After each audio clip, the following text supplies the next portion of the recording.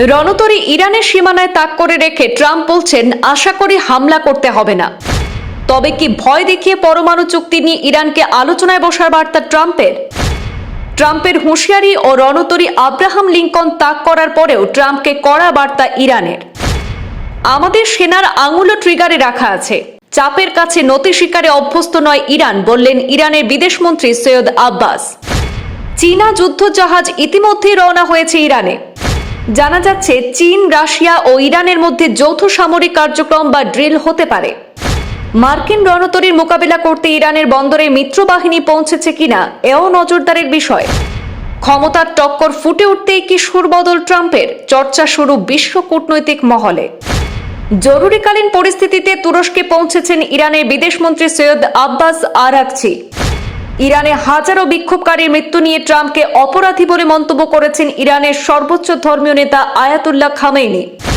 ইরানে হামলা করলে গাজার মতো যুদ্ধ পরিস্থিতি সৃষ্টি হতে পারে। মধ্যপ্রাচ্যের দেশগুলিও এই বিষয়ে উদ্বিগ্ন। ইরান ইস্যুতে এবার নরমে গরমে কৌশল নিলেন মার্কিন প্রেসিডেন্ট ডোনাল্ড ট্রাম্প। একদিকে তিনি যেমন কূটনীতির মাধ্যমে আলোচনার টেবিলে বসার আহ্বান জানিয়েছেন, অন্যদিকে মার্কিন রণতরী পাঠিয়ে সামরিক শক্তির প্রচ্ছন্ন হুমকিও দিয়ে রাখলেন। ট্রাম্প স্পষ্ট জানিয়েছেন, ইরানকে ঘিরে আমেরিকার কাছে বিশেষ পরমাণু পরিকল্পনা রয়েছে।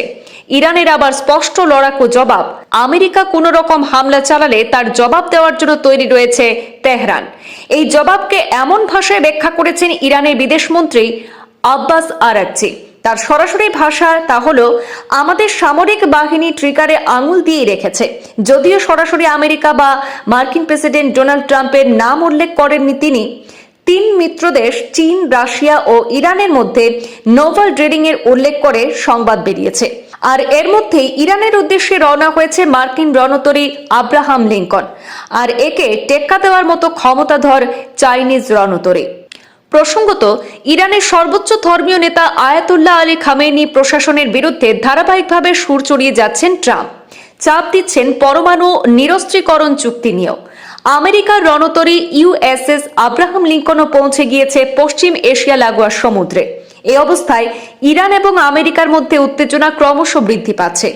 আর এই সময়ে ঠিকঠাকভাবেই গুটি সাজাচ্ছে ইরানের মিত্র তথা আমেরিকা বিরোধী চীন ও রাশিয়াও।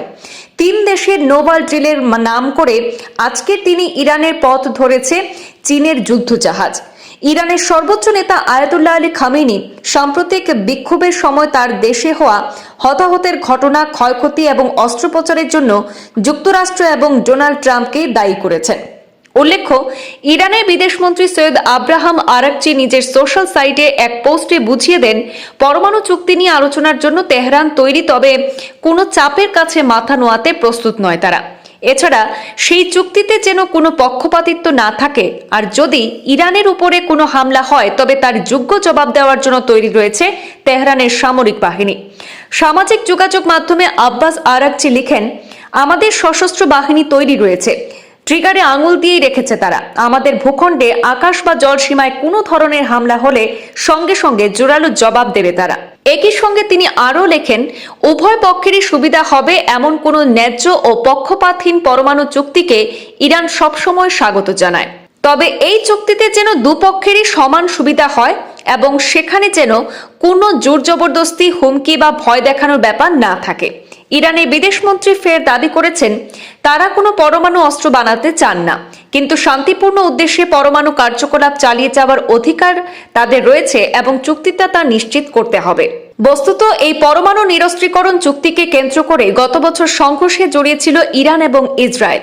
ইসরায়েলের প্রধানমন্ত্রী বেঞ্জামিন নেতানিয়াহুদের সন্দেহ, ইরান গোপনে পরমাণু অস্ত্র তৈরির চেষ্টা করছে। একই সন্দেহ আমেরিকার প্রেসিডেন্ট ডোনাল্ড ট্রাম্পেরও। এই সন্দেহ থেকে গত বছরের সংঘর্ষের সময়ে আমেরিকাও জড়িয়ে পড়ে। তারাও বোমারু বিমান পাঠিয়ে ইরানের 3টি পরমাণু কেন্দ্রে হামলা চালায়। আর সেই সময় ট্রাম্প বলেছিলেন, ইরানের পরমাণু শক্তি শেষ করে দিয়েছেন। কিন্তু ইদানিং সুইজারল্যান্ডের দাভোস থেকে আবার সেই ট্রাম্প সংবাদ মাধ্যমে এক বিবৃতিতে পরোক্ষভাবে বুঝিয়ে দেন, গত বছর ইরানে হামলা চালালেও তারা সফল হতে পারেননি।